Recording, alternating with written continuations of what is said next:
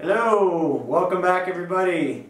Today we have here Chris Brown. Hi. Chris Brown actually is leads in ecstatic dance. What would you say? He puts on an ecstatic dance, which is a form of dance. Well, it involves being in your body and really experiencing being fully in your body, as we always talk about on the show. But before we get into that, let's talk about Chris Brown as personal history, because Chris Brown, the man behind the music. The man behind the music has experienced some things relevant to what we like to talk about here on One Flashlight. He's been, as he would say, worked over quite extensively with traumatic brain injury. Well, concussions. I'll let him tell you about how traumatic it actually was. But Chris, take it away, man. You say you've had numerous. I don't know where you want to start. If you want to talk about all of them, it's fine. Yeah. I mean, I could start with my birth really fast. I had a very traumatic birth. When I was born, I was 3 weeks late. The umbilical cords were wrapped around my neck 3 times, so I was starving. My kidneys weren't working, so when I was born I was under 4 pounds, kidneys not working. They put me in an incubator, gave me an injection to jumpstart my kidneys. I still don't know how that works. I still have the scar on my ankle from when they gave me an injection the day I was born. Mm-hmm. So that was a rough start. And they thought I wouldn't make it. The doctors actually didn't let my parents hold me, because I think their reasoning was I wasn't going to survive. So they don't want to get attached. Yep, why let them get attached? And again, it was like we were saying, it's like that medieval awareness. It's like, if you think about it, if a baby needs to be held by its parents, that gives it a fighting chance. Mm-hmm. But to eliminate that kind of nurturing. So, and I feel like that still affects me on some level. I mean, that's maybe not necessarily what we're talking about, but that was probably my very first experience of a traumatic incident. It was the day I was born. Sure. So. Because you were, from the beginning, you were dealing with that sort of separation. Exactly. So for how long were you? I think I was in an incubator for at least 4 weeks or so. Yeah, so it was a lot of time to not really be, I think nurses held me, but it was like when they were on shift or whatever. So yeah. I think it was after a couple of weeks my parents were able to hold me. But yeah, so like the first 2 weeks or so, my parents didn't even touch me. So. Wow.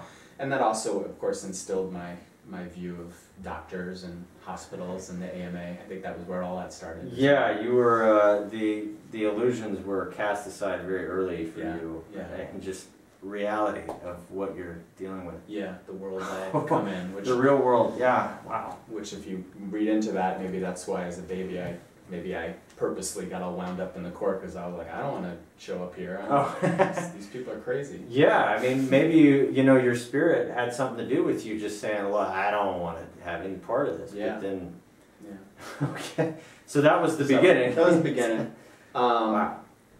I actually cannot remember how many concussions I had. I've had so many. Mm-hmm. I've had at least 5 concussions. I remember one in the days before remote controls with the garage door. Me and my mom were taking a little road trip, and I closed the door from inside the garage, and I would run out of the garage as the door was closing, and at one point I didn't duck far enough, and it just laid me out.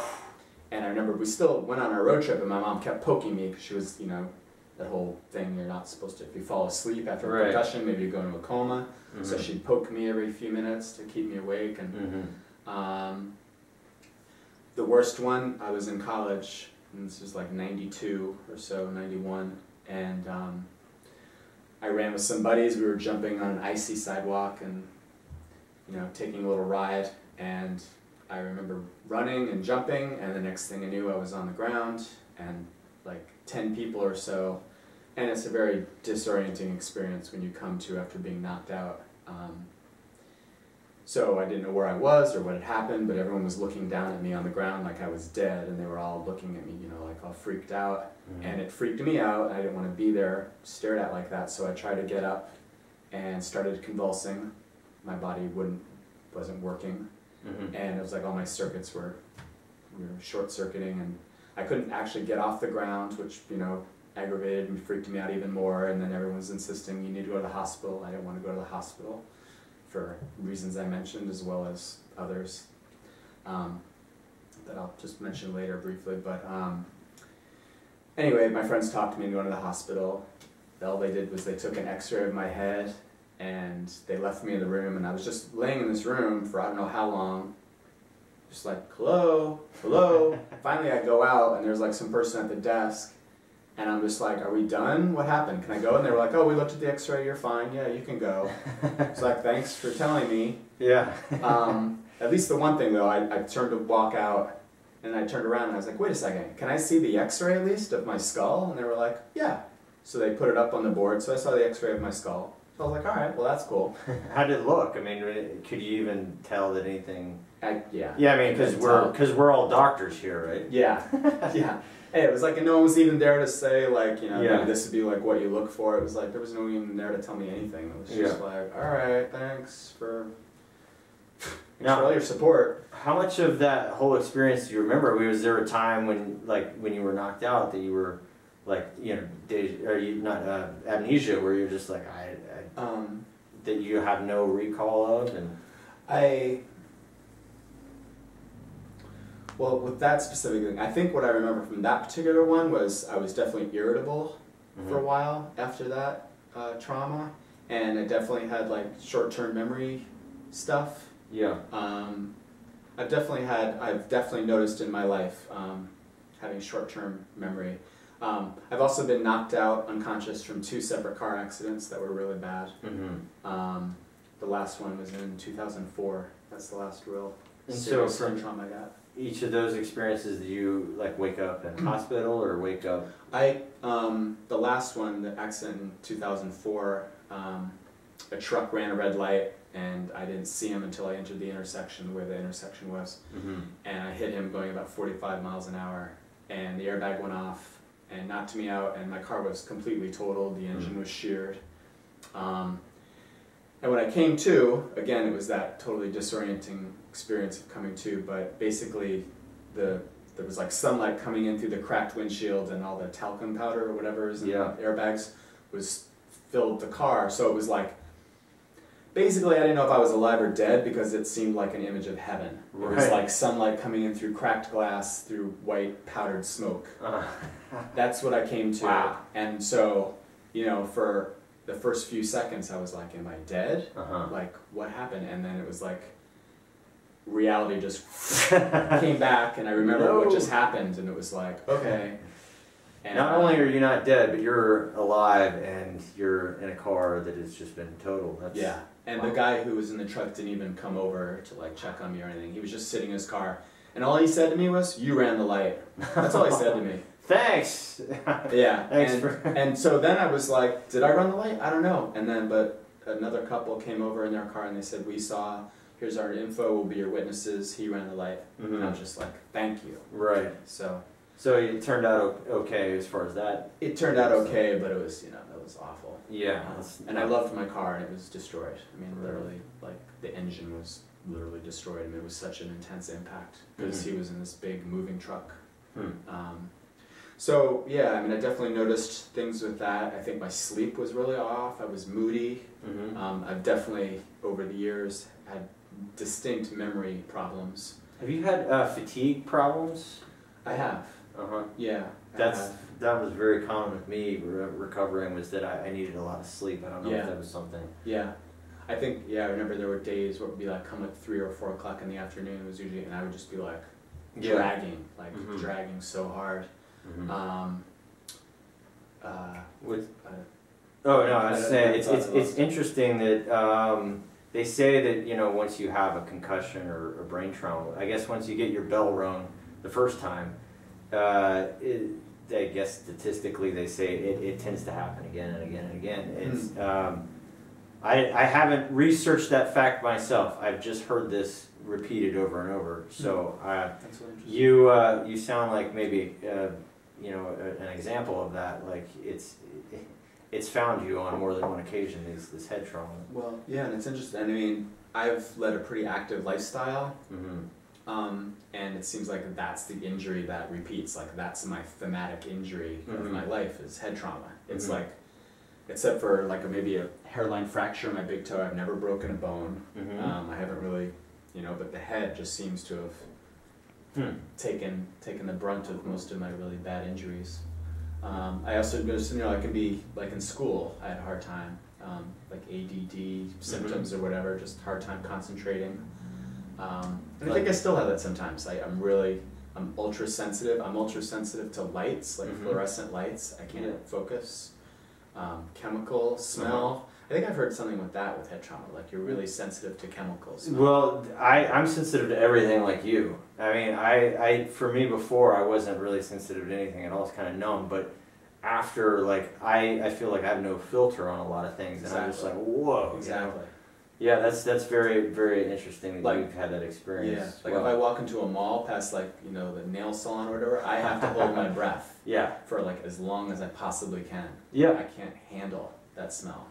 Yeah, I've got a lot of similar experience. I can't. For me, a department store, the lighting in there, that electric sort of zzz, and I'll hear that buzz. Exactly. It's like, I feel like I'm getting my brain fried or something. Totally. Yeah. Exact same. Yeah. I think that that's certainly I think a consequence of brain trauma for sure. So like this intensified sensitivity. Yeah. To to things that are unnatural. Right. Chemicals and fluorescent lights. Or you know, just bad metal. Traffic. The highway. I think the irritable thing too. Like with traffic, I can get really irritable. I can kind of have a short fuse sometimes, and you know, I want to blame it on the head trauma. I want to think it's not just me because I know it can be kind of intense sometimes, and I've come a long way with working with that, with learning to breathe when I feel. But it's like someone cuts me off in traffic, and I'll just my fire is like instantaneous. Yeah. And so that's your way of maybe dealing with it is just, you know, maybe getting angry. Maybe like the lack of a barrier with my sensitivity, and so that the fire or the anger comes as like this protection, you know, kind of a compensation kind of thing. Yeah.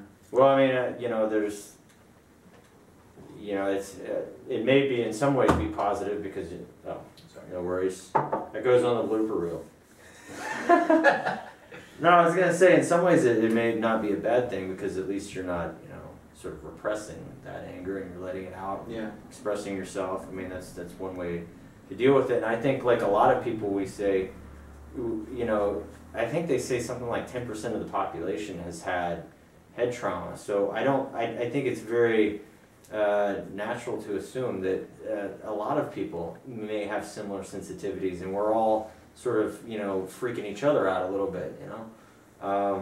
I know for me, I have kind of a short fuse too, and I try to lay low as much as I can, you know, just because I don't, sometimes I worry about like how I'm gonna act in certain situations. It's like it doesn't feel like me, it's just this like, it's just this reaction coming through me. And then I look back and I'm like, oh man, that's not who I am.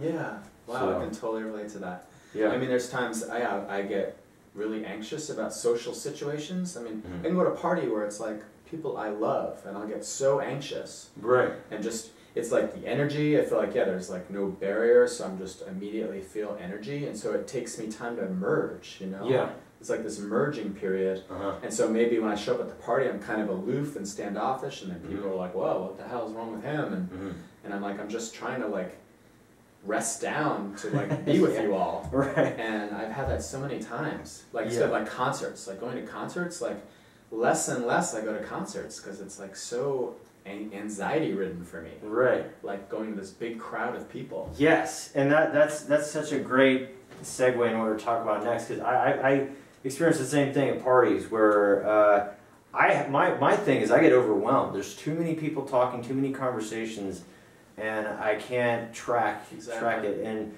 with the music, with the concerts, the only way that I can go to a concert and stay in my body and not completely lose my shit is to actually dance. Yes. And that leads us into boom.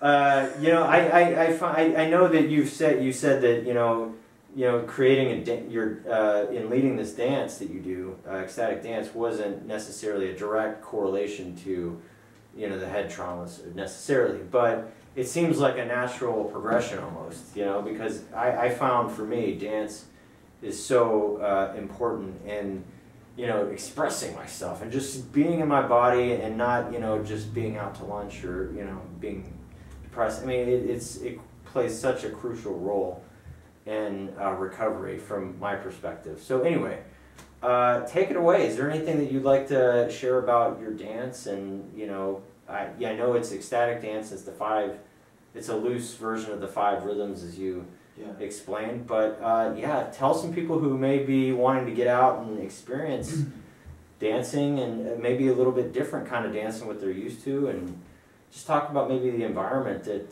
they'd be stepping into with your dance. Okay. So yeah, dance is just profoundly liberating for me. Just a chance to have this authentic expression of just being in my body and just what's really going on, what's just really dropping into myself and having the space held to do that. And you know, I first discovered that at like Grateful Dead shows, maybe when I first was like, that's where I first danced, where I let myself dance in this freeing way, where it was like I wasn't worried about how I looked. And it was like, whoa, this is incredible. And then I moved to Portland 13 years ago and started going to soul motion classes.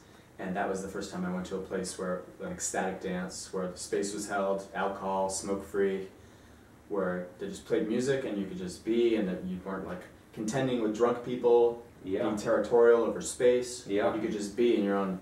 And I just remember thinking the first time I walked into that, I was like, oh my God, this is home. Like, I feel at home here. This is amazing. And soon after that, I connected with a group of people that were renting a ballroom, and they invited anyone who wanted to DJ. And so I started dancing or DJing back in 2004, just putting music sets together, and I've been doing it ever since for 11 years now. And now I DJ with 2 other people, dance called Mindful Meltdown. We're now at the Red Rose Ballroom on Northeast Alberta in Portland, and the 3 of us have been doing it now for 5 or 6 years, I think 6 years regularly, even though the Wednesday night dance was originally called Dance Your Edge, started by Lisa Tongle. That was an amazing dance. But we just basically, you know, and it's sweet that there's 3 of us, we each bring our own flavor, and we play about an hour and 15 minutes of music with, you know, a half-hour warm-up music before that. We present an intention that we come up with, you know, we try to fit the music. It follows, like we were saying, loosely follows the 5 rhythms format, so it sort of, you know, it starts out slow, like lyrical, or starts out flow, sorry, and then it moves into staccato, where you're sort of, you know, getting into your body, finding your edges, finding the boundaries. Then it gets into chaos, where the point of chaos is to just playing kind of intense music, but it sort of just gets you completely out of your head and just gets you really into your body. And then you can just really let loose, and then it moves into lyrical, where now that you've like maybe cleared what needed to be cleared, or you've gotten out of your head, you can just drop in and find the sweetness in your own authentic movement and your flow, and you're all warmed up, and then it goes into stillness. So we follow that format kind of loosely in our music, you know, either with 1 or 2 waves of music that follow those rhythms. And yeah, it's just been so powerful for me to tap into that authentic expression. You know, and then you're dancing with like people. I mean, there's so many beautiful things about it. I could speak to it endlessly. Like, for one, like there's people I dance with for years, and maybe we don't have a conversation, like a verbal conversation, but we have a conversation in our bodies, and that can be so profound. Yeah, it is finding. I mean, my experience of it, I've been to I think 3 now, at least, maybe more, but it's about finding. It's almost like finding a community, a tribe, a family that you're connecting with non-verbally. Exactly. And it's so awesome to experience that and to have that connection, because I tell you, for me, like, to be a healthy human being, this isn't just about like brain trauma or, you know, recovery or anything, but just in general, it's so important to have that feeling of connectedness in whatever form. And dance is, I found for me, is such a good form for reconnecting your motor functions. Yes. And really, you could do your exercises and all that you have on your pamphlet. Do this every day, and I don't know what else, eye exercises, and there's a whole list of things you can do. But like the dancing, it really incorporates you and like your own self-expression, which is such an important piece, like remembering who you are and reconnecting with that. So anyway, having been in your dance and experiencing that, and it's a safe space too. Yeah, absolutely. I don't know if you want to talk about the intention that you put forth. Well, yeah, I try to be really mindful of the intention I put forth, and I'm playing the music and I'm tracking the sound to make sure it all sounds right, not too loud. The transitions are smooth. So if the music is just right and it's not jarring, it takes people. I like to take people on a journey, and without them realizing it, before they know it, they've been taken on a journey, home to themselves, as I sort of like to think of it, but like, bringing you more into your body and out of your head. And all right, so so besides, presenting the intention, having the music going, taking people on this musical journey, minding the temperature, especially now that it's summer, I also make sure everyone feels safe. So we've started to, as we've gotten bigger, because we tend to have 100 or so people come to our dances now regularly, which is really awesome. But I'll have a couple of people as allies to, if someone has an issue or something, they can go to them. So I'm not the only one that people can come to. They have more options of people to support them. We try to say, there's no talking, there's no conversing in the space, so that it keeps people out of their heads and just brings you into your bodies. This is an expression of the body. It's physical expression. So the less words, the better. Just to kind of, it's like we need that space in our day-to-day lives. We just drop into our bodies and not worry about what we're saying. So much can be communicated through eyes, through your body, through gestures. So a place where no words, unless you need to express boundaries or an injury. Then we say, by all means, of course, take care of yourself. I mean, that's the ultimate invitation or intention is take care of yourself. And so I'm constantly tracking the room, what's happening, and after doing it so long, I mean, I feel like my radar just is like wide open when I'm DJing. I'm just tracking what's happening in the room. It's a fine line. It's like, we encourage like dance, your truth, and maybe someone's having a really chaotic moment, and that's fine, as long as they're not interfering, infringing on other people's right to have the same freedom. So there's that. And you were talking about, just how healing it is to be in your body and where you are in space. Proprioception. It's proprioception. Like experiencing that proprioception, like where are you in space? Where's your body in space? Your boundaries. And I just feel like that's such a beautiful reminder lesson for people. And I've seen people come a long way with that in dance. Maybe they don't know where they are in space. They're sort of clumsy. They're constantly bumping into people.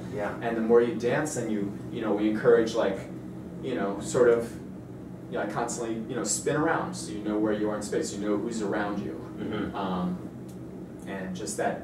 And it just, as people come to dance, they develop that awareness more of like, what's going on around me? Where's my body in space? How am I affecting the people around me? How is my energy affecting people without words? And how is their energy affecting me? And that's such an awesome thing that I picked up by dancing. And what I notice as soon as I start dancing, seemingly, is like how maybe sloppy I am with my own body and my proprioception being in space, and maybe my bad habits of not being fully conscious and in my body, and it helps me to reconnect with that. And I'd just like to say that for people that are maybe thinking about doing this, no matter how fluid you are in your body, like this is not a space where you're going to come and be judged. You don't have to be like a great dancer. You don't have to, it doesn't, just come and be. Be yourself and express yourself in whatever way you see fit. And that's the beauty of what you put together. Sometimes just witnessing the dance, we encourage people, there's seats on the side. People do yoga in the corner, it's like, yeah, just take care of yourself, and sometimes just witnessing the dance is like just as powerful as like totally cutting loose. Right. Because you're just witnessing what's happening, and it's pretty amazing.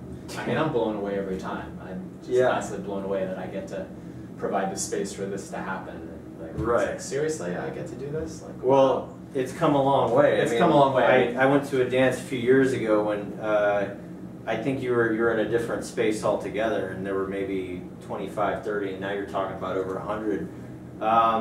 Just trying to highlight that this dance that he's put together really is attractive to a lot of people for the reasons we're talking about. It's a safe space.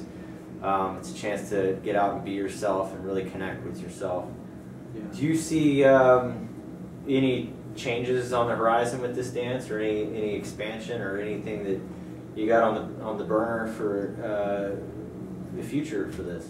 I mean, it's great that there's so many people. I think sometimes we feel sad, like if there's so many people, because then maybe people feel they want more space, or they feel intimidated by how many people. So it's like we want to appeal to those people, and if they feel like they can't come, there's too many people, and so that can be sad. You know, like we want to accommodate, you know, but we try to just hold it for, you know, who's going to come. But I also say dance is different every time. Like in the summer, the numbers kind of drop because everyone's out and about, you know, doing stuff and going camping, and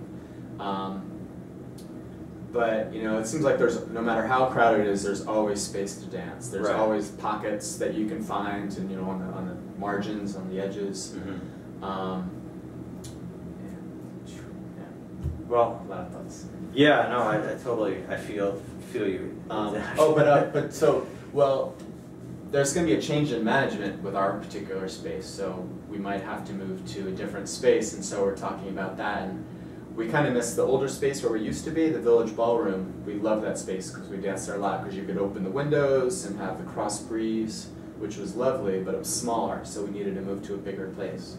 So we might need to move again, and so, you know, we're kind of starting to feel into that we might have to move into a bigger space, and you know, I know bigger isn't always better for sure, but it's just what's beautiful about Portland is there's so many dances to choose from. So there's lots of options for find a dance that's right for you.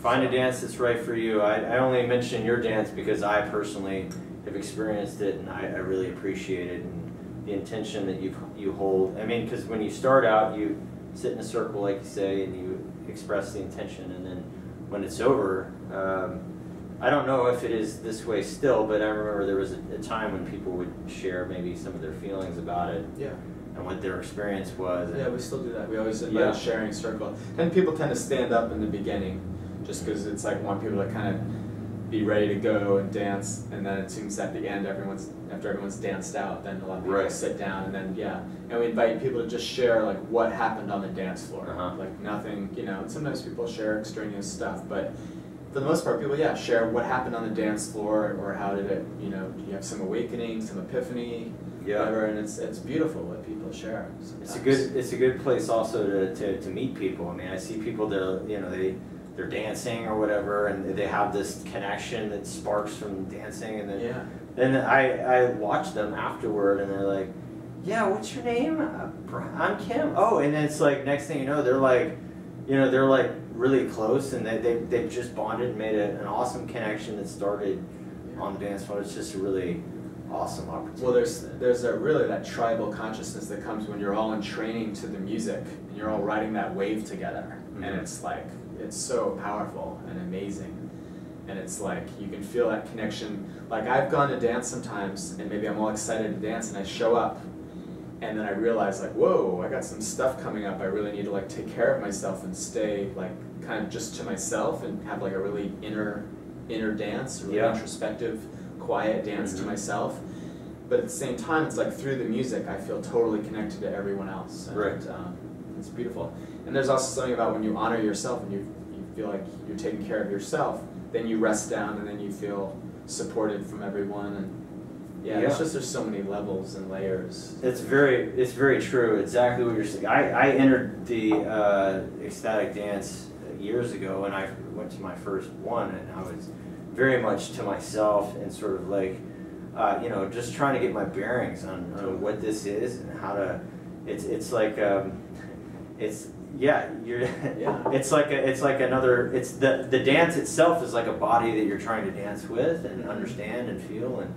But that's totally okay. Yeah, Like that's it's encouraged totally to even to just to go and you know, just stand there and maybe do a little twirl, whatever.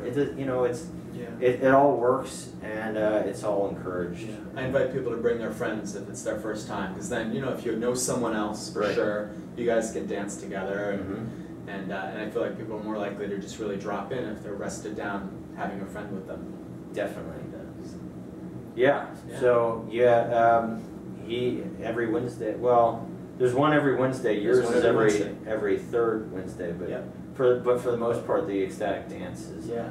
How is your dance maybe a little different from your counterparts?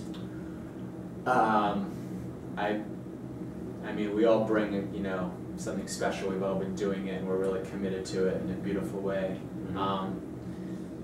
You know, I never play the same set twice. I've had a profound love of music. Music has basically saved my life. I can't tell you how many times I just felt so down and out and done with it all, and just music just brought me home in a way to something larger than myself, maybe, but just, and so I just have a deep love of music and of so many different kinds of music. And so when I put a set together, I want to explore and share in that diversity of how much different music is out there that can provide so many different rhythms or feelings, emotions, sensations, energies, but yet to weave them together in this seamless way so that you can go on a journey, and if the songs are fused together seamlessly enough, before you know it, you've been transported, and it's magical. It really is. So I like to bring that.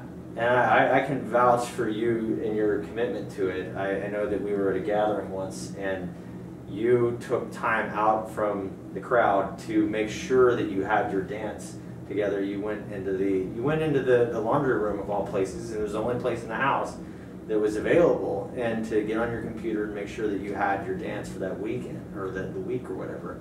And it is unquestioned about how you don't just, you know, put some songs together. I mean, it's a ritual for you. Yeah.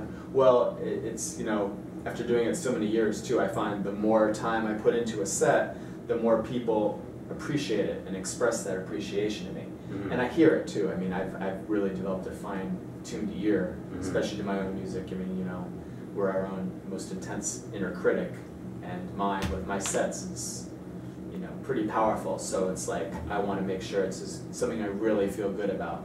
Mm-hmm. And also, if I put a set together, if I put enough time to a set beforehand, I can actually enjoy it and dance to it in the moment. I'm not correcting it, you know, so much. It's like, okay, I feel really good about this set, because I get so much energy. Another reason I have so much energy in my set is the whole public speaking thing. I mean, it's, you know, it's terrifying.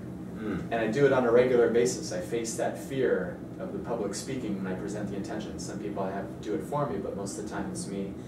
And so it's beautiful. I face that fear, I present the intention, and then I have all this energy that I get to dance off once the music starts. Right. And so I like to make sure my set is dialed in so I can just dance off that nervous energy. It sounds really like rooted in. Such an awesome way to release that. I mean, because you were talking, we talked earlier about how, you know, you can get overwhelmed by things, and you can, anger is one way that, you know, but this is a way to express that in a constructive way. Yes, that's another thing. Dance is such a beautiful, healthy way to express your fire, your anger. Mm-hmm. But like that fire energy, we all have it. Maybe, and some people are maybe freaked out by it, but that's why dance, it's like, you can get that cathartic fire, you know, release it in your dance. Yeah. And it's safe. Mm-hmm. You can yell, you know, we encourage, you know, talking, but we encourage you can yell, you can scream, you can cry. There's space held for you to do that. And there is yelling, and it's just, you know, I mean, but it all fits and it all flows as far as I've been able to tell. I guess just rest assured that, you know, if you're worried about coming out and being, you know, weird or uncomfortable, trust me, everybody's expressing themselves, and, you know, you'll fit right in no matter who you are, so long as you are respecting the, you know, the space of the people around you and having fun yourself. That's what it's all about. And we all take care of each other there. So it's like someone who doesn't take care of other people really stands out, and it doesn't last long at all. It's pretty much, they're pretty much excluded from the field pretty quickly. Yeah. They just, you know, it's just the natural it doesn't support them, so they don't really find themselves sticking around. Would that be, Exactly. Yeah. Exactly. And it's, you know, it's anything but a meat market. You know, some people have that fear. It's like, I don't want to be. It's the complete opposite spectrum of like going out to a bar at night and dancing. I mean, I think it's like, you know, there's no alcohol, there's no smoking. It's just space is held. There's a lot of conscientious intention put behind it, behind what the music is. The music is supporting the intention. It's all very holistic and conscious, and it's like conscious movement. Conscious, because if you're going to this dance, you're not going, well, I just want to get drunk, and if I dance, you know, great, or I want to, whatever your intention isn't, and I just want to party. It's more like, hey, I want to actually dance. Yeah. I mean, that's the main plate, you know. There's no like drinks and, you know, whatever. And you said there's no talking during the dance, so it's not like I'm going to go, you know, hit on girls or whatever. You know, it's like the dance is the centerpiece. So. Yeah, the dance is the end unto itself. The essence. Is there anything else you would like to say about your dance? That's a lot. We got a lot of really awesome. Some juice. I just find dance incredibly healing to me. It's kind of, along with music, dance and music just have like together as counterparts have just, you know, kind of saved me on so many levels. It's like medicine. It's medicine. It's healing. Yeah, it's my church. It's his church. I mean, I guess it's my church too. I guess it's our church. Yeah. Thanks, sir.